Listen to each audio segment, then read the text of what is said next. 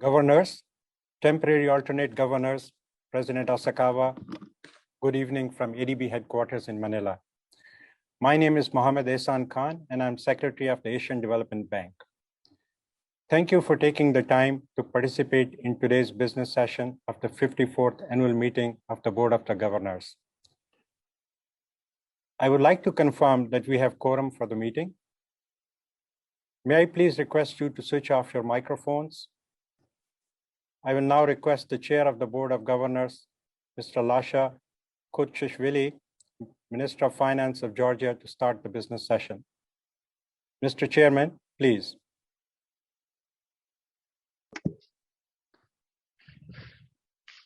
Thank you, Mr. Secretary. Good afternoon from Georgia to governors, temporary alternate governors, President Asakawa. Thank you for participating in today's business session. The 54th annual meeting of the Board of Governors of Asian Development Bank is now called to order. On behalf of the Board of Governors, I would like to welcome all of you to the annual meeting. Today, we are holding this business session to address matters that require the notion and approval by the Board of Governors. Today's meeting will proceed as follows: approval of the agenda, followed by the remarks by the ADB President and closing remarks by the Chair. We will also request the incoming Chair of the Board of Governors, the Governor from Sri Lanka, to deliver his remarks. Governors have submitted written remarks, which will be available in the ADB website and in the summary of this proceedings. We will now proceed with the business session. Let us first take up paragraph 2 and paragraph 3, the Procedures Committee report. Regarding the provisional schedule of the meeting, document PG 54-2, you will note that the schedule provides for a short session today. The provision related to the conduct of the meeting, as set out in the document PG 54-3, conform with the proceedings of this part of the annual meeting.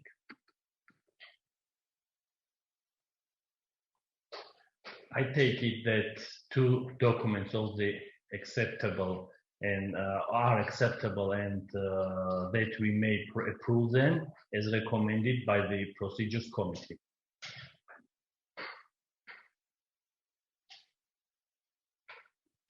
Thank you. In paragraph 1 of this report, the Procedures Committee has recommended approval of the agenda as shown in the document BG 54-1, revision 1. If there's no objections, I declare that the agenda is approved.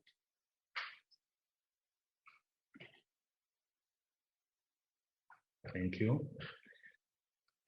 Let us now take up the committee's recommendation of the agenda item, and start with the agenda item 1 to 4 for our notion, which were approved by the Board of Directors. Item number 1 is the annual report for 2020. Item number 2 is the updates of rules and the regulations as contained in the document BG 54-5. Item number 3 is budget for 2021, which will encompass the budget for ADB and ADB Institute as contained in the document BG 54-5. And item number 4 is the status of financial resources of ADB as contained in the document BG 54-6. As recommended by the Procedures Committee, I propose that the board take note of these 4 items accordingly. Thank you. On item 5, financial statements, management report on internal control or financial reporting and independent auditors report. And item number 6, allocation of net income. The committee recommends approval of document BG 54-7 and 54-8 respectively. In the absence of any objections, I declare these two items approved and draft resolution as submitted by the Procedures Committee are adopted. Thank you. On the item 7, the report to the Board of Governors on gender diversity and the ADB Board of Directors, I propose that the board take note of this report by the Board of Directors as recommended the Procedures Committee. Thank you.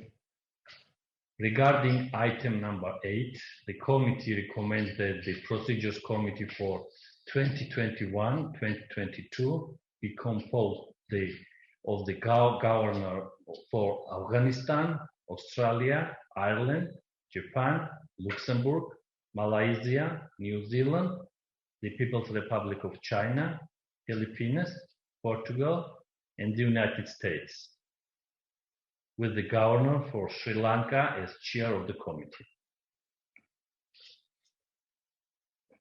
If there's no objections, I declare the recommendation approved. Thank you. I congratulate new appointed member of the Procedures Committee. On the item number 9, the committee has recommended that the governor for Sri Lanka be elected chair of the Board of Governors for 2021-2022, and that the governors for Austria and Mongolia be elected vice chairs to hold office from the end of this meeting until the end of the 55th annual meeting of the Board of Governors. If there are no objections, I declare this recommendation approved. Thank you. I have great pleasure in congratulating the governor for Sri Lanka on his election as chair of the Board of Governors for 2021-2022. I also congratulate the governors for Austria and Mongolia on their election as vice chairs of 2021-2022. And finally, on item 10, place and date of the 57th annual meeting in 2024, the committee recommends approval of the document BG 54-9. In case of the absence of the objections, I declare this item approved and the draft resolution is submitted by the Procedures Committee is adopted.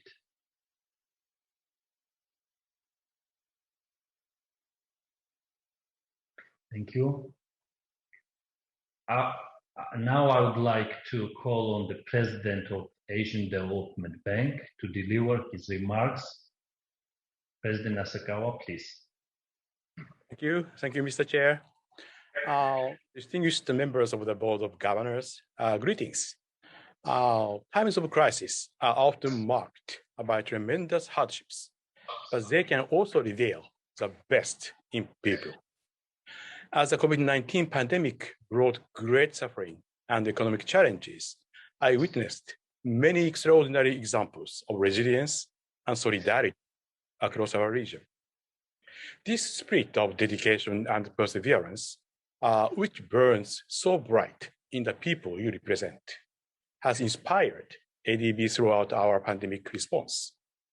I join you here today to describe these efforts as I report on ADB's activities in 2020.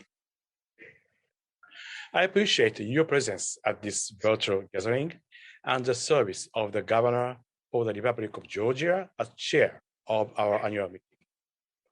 I'm also grateful for your support as I worked closely with governments and development partners to build momentum for ADB's COVID-19 response. Let me begin by providing an overview of our operations in 2020, which was a landmark year in ADB's history.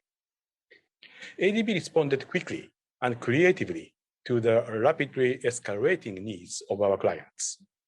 Our grant assistance helped meet urgent needs for emergency supplies in the early days of the pandemic. We followed this with ADB's $20 billion COVID-19 assistance package, of which $16.1 billion was committed in 2020, including over $10 billion for quick disbursing budget support under our COVID-19 pandemic response option, or CIP. Our work across ADB, from large-scale counter-cyclical financing to flagship events, bringing together thousands of stakeholders to tailored knowledge solutions, addressed head-on the region's many needs, and resulted in a record $31.6 billion in commitments, including $4.9 billion through private sector operations. We also mobilized record financing of $16.4 billion. We embarked on an unprecedented borrowing program of over $35 billion to ensure ready resources to mount a robust pandemic response while remaining financially stable. And our donor members approved over $4 billion for replenishment of the Asian Development Fund for 2021 to 2024, affirming that our developing member countries most in need will not be left behind. As 2020 drew to a close, vaccine developments offered new hope to turn the tide of this pandemic, but with severe supply constraints. We responded by announcing our $9 billion Asia Pacific Vaccine Access Facility, or APVAX, to help our developing member countries procure and deliver safe and effective vaccines as swiftly and equitably as possible. Vaccines are global public goods, and international organizations can play a leading role in making them accessible to all. And so, we are collaborating closely with our partners, including multilateral development banks, COVAX, the World Health Organization, and UNICEF. Let me take a moment to point out that even as the COVID-19 pandemic took hold across the region, ADB did not lose sight of key long-term development agenda. In fact, roughly half of our record commitments in 2020 focused on operations outside our COVID-19 response. Allow me to highlight the progress we made in those areas last year. Following the goals laid out in our Strategy 2030, we remained on track to achieve our target of promoting gender equality in at least 75% of the total number of ADB's operations by 2030. We committed $4.3 billion in climate finance, showing progress during a very challenging year towards our overall target of $80 billion in cumulative climate finance by 2030. Our private sector support comprised 21% of the total number of ADB operations, making progress toward our target of 1/3 of our total number of operations by 2024. Our ADB staff made all of these advances possible. They worked tirelessly as one ADB to adopt new business processes and repurpose existing operations. All this under very difficult work settings, such as prolonged work from home in different time zones. During the height of the pandemic, I reassured my staff that we will someday look back with pride at what we accomplished for the people of the region. I do believe more than ever that this is true. Governors, it is with this optimism and an unshakable belief in this organization that I share with you today my intention to seek re-election this November as president of ADB. I believe the path we have laid out will help lead our region out of these uncertain times, and I am determined to do my part to see it through. we will continue to deliver ADB's unique synergy of finance, knowledge, and partnerships. And we will prioritize the quality of our assistance over quantity, meeting near-term needs with a clear vision for the future. If we stay on this course, I am confident the region will emerge from the current crisis even stronger than before. I see 5 areas that are critical to achieving a lasting and equitable recovery for Asia and the Pacific. First, we must place ambitious climate actions at the center of development with increased focus on adaptation and resilience, and with full commitment to the goals of the Paris Agreement. Second, we need to address inequality, including the gender gap, which has worsened during the pandemic, by investing in health, education, and social protection. Third, we should promote high-quality green and digital infrastructure, enabling economies to rebuild smartly while closing the digital gap and attracting substantial private investment. Fourth, we should deepen regional cooperation and integration so that our developing member countries can seize the opportunities of renewed globalization and strengthen regional health security. And fifth, we need to strengthen domestic resource mobilization to ensure that governments have the resources they need to finance sustainable growth and respond effectively to future crises. ADB will need inspired and responsible internal management in order to support this challenging agenda and remain a model of innovation, inclusion, and stability in the years ahead. Let me describe my vision for achieving this. Firstly, I firmly believe that strong institutions are built on values that empower people and allow for constant growth and renewal. And so, I have launched a cultural transformation initiative to foster a culture that enables our management, board, and staff individually and collectively to thrive and direct our capacity and energy towards achieving Strategy 2030. Second, we must continue to enhance ADB's organizational resilience and sustainability. This includes building on the investments in our facilities and information technology, which have already paid off during the pandemic, so that ADB will remain prepared for natural hazards or other disasters that may strike. Strengthened support for staff welfare and work-life balance is also needed, along with a robust financial base underpinned by prudent budget and risk management. Lastly, we need to foster diversity within our ranks, not just to remain relevant and responsive, but also to reflect the populations we serve. Key to this effort will be meeting our institutional gender target and acting decisively on the findings of the Board Working Group report on gender diversity within ADB's Board of Directors.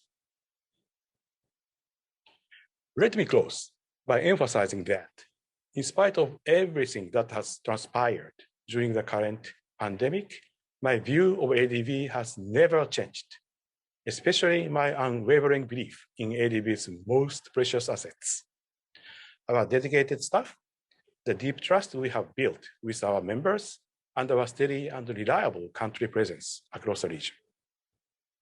I will make every effort to nurture these indispensable assets as we continue to serve our members during this critical period in our history. I thank you, governors, for your continued support on this journey as we work together to achieve a prosperous, inclusive, resilient, and sustainable Asia and the Pacific. Thank you for your attention. Thank you, President Asakawa. At this point, allow me to deliver my remarks as the chair. Esteemed President Asakawa, honorable governors, distinguished delegates, ladies and gentlemen. It's my pleasure to be here today presenting my country and participating in the 54th annual meeting of the Asian Development Bank.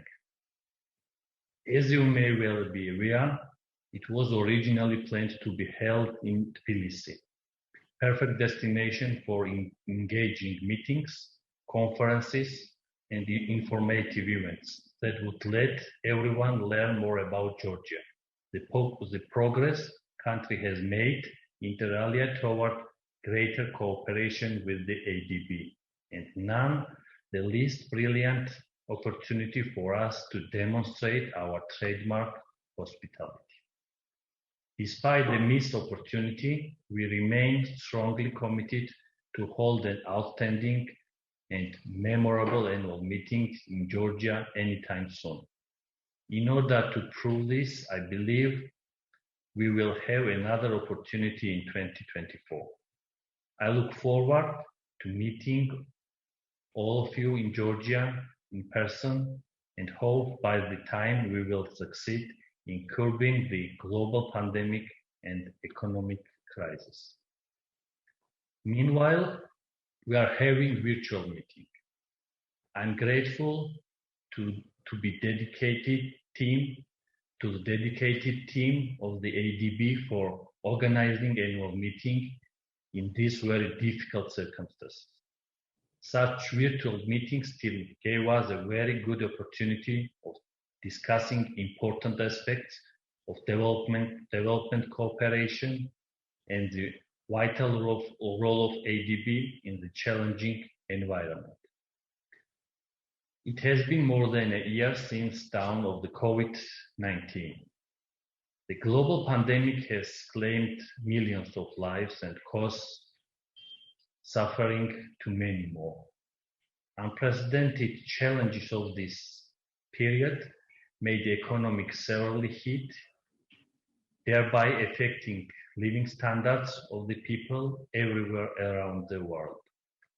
ADB was on the front line of the fight against the novel coronavirus and continues to do so.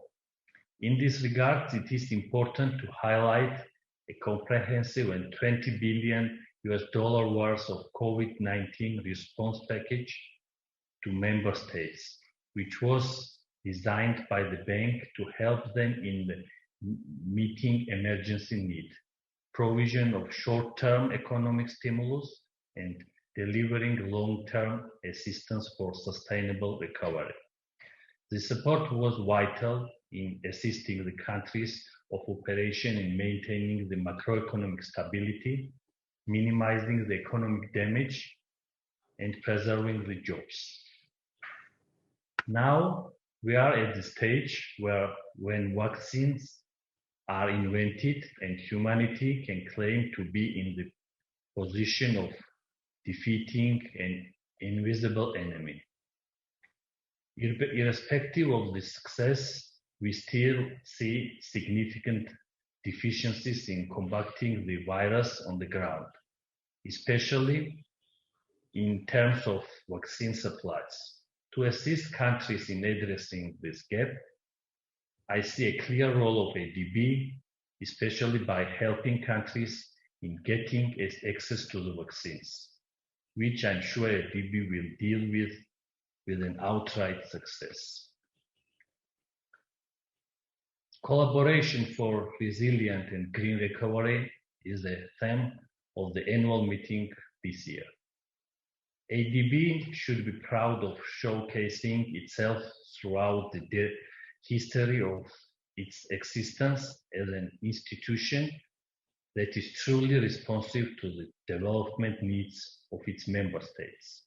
More than half a century has passed since the ADB Bank's first annual meeting held. Over the period, we have seen significant changes in the region. Progress has been absolutely remarkable, and the role of ADB has been decisive in it. ADB's commitment for achieving prosperous, inclusive, and reliant Asia and the Pacific has been manifesting in every tangible results. These results boost our expectation that the bank's strong support will be translated into the efficient assistance of the countries in navigating throughout the post-pandemic period. World economy in the post-COVID-19 era will not be the same as the one before. Wounds of the global challenge will still be felt in coming years. Collective and coordinated efforts will be needed to treat them and to strengthen the ground of the economic recovery. What should be the policy implication at nation and global level be? What should we focus on as an international financial institution?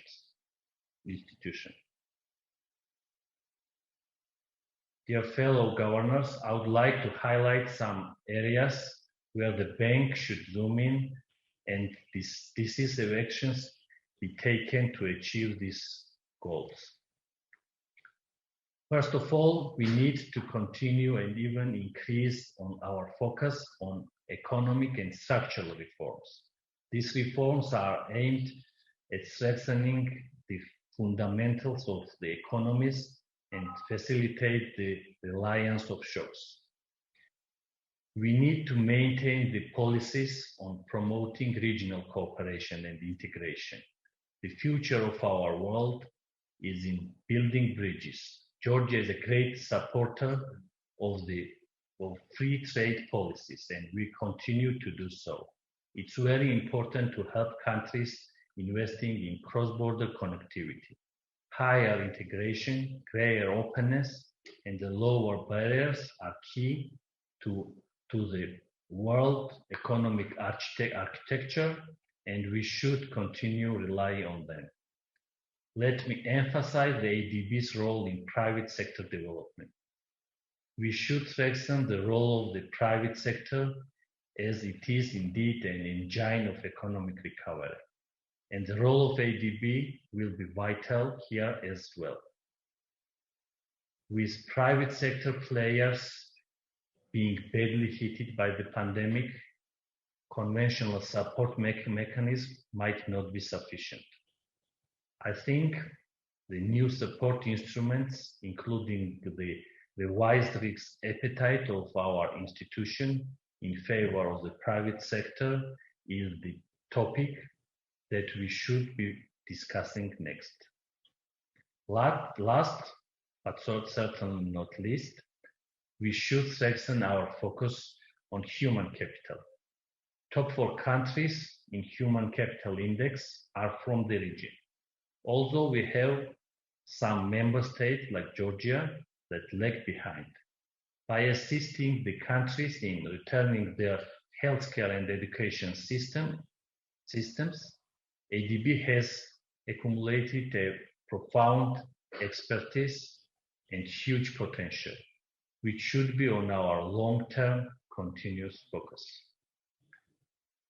We are confident that the bank will be a leading institution in advancing the common agenda of efficient economic recovery in the post-pandemic period.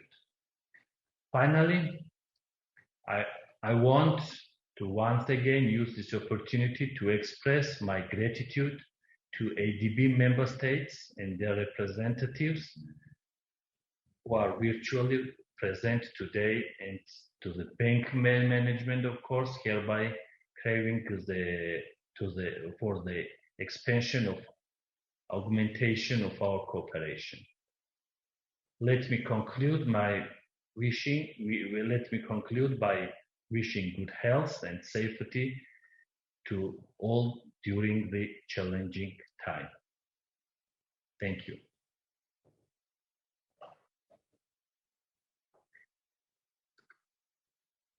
Before we conclude this session, I would like to call on the Governor for Sri Lanka, the Chair-elect of Board of Governors, to deliver remarks. Please. Thank you. Thank you, President. Fellow governors, President Asakawa, delegates, ladies and gentlemen, Ayubowan. It is indeed a privilege to be able to participate and share my thoughts at the 54th annual meeting of the Asian Development Bank, especially since next year's meeting is scheduled to be held in Colombo. The COVID-19 pandemic has resulted in unprecedented loss of human lives and has disrupted almost all aspects of our lives, our societies, our economies, our values, and our cultural practices. In that background, I believe the time is now right to reflect and regroup. After all, this century is the Asian century. Our region has faced many crises, but Asia is also known for its resilience. Therefore, it is not surprising that our region is leading the growth story of the world, even during the current pandemic. Fellow governors, merging Asia has a responsibility to lead the world. We must ensure sustainable practices that will make our environment resilient to climate change. Our policy solutions must be environmentally and socially sustainable. We must preserve our way of life for future generations. The need now is to collectively cooperate in addressing our common issues. Toward this goal, we must be ready to adapt practices and technologies that help us make use of natural resources more efficiently. In that regard, Sri Lanka has already identified the importance of digitalization to facilitate the delivery of services within a green economy. Our government has also accelerated the drive to digitalize public sector service as well. We must, in addition, reduce our reliances on fossil fuels. We believe the ADB must lead the way in supporting member countries to make the transition to renewable energy. We also believe the ADB must extend support to emerging Asia to have smarter, eco-sustainable cities. It should be a new approach to ensure that access to resources is better managed. Another important area of focus is women empowerment. We must recognize the crucial role that a woman plays in creating a just and equitable society. While the Asian region has made significant strides in this regard, this is still an area that requires more work as well as the allocation of more resources. At this time, let us also acknowledge the support extended by the ADB during the pandemic, which include a $20 billion package. The $9 billion Asian Pacific Vaccine Access Facility has also assisted Sri Lanka and many other countries to gain access to much needed vaccines, and we are thankful to the ADB for this support. Fellow governors, President Asakawa and delegates, the challenges each of us are daunting. However, I'm certain that together we will be able to address these challenges efficiently and effectively, and that the ADB will provide the necessary leadership for that effort. Finally, as the incoming chair, it is my great pleasure to invite you to Colombo next year to attend the 55th annual meeting of the ADB Board of Governors. I look forward to continuing this important dialogue, and I wish you good health and safety. May the Triple Gem bless you all.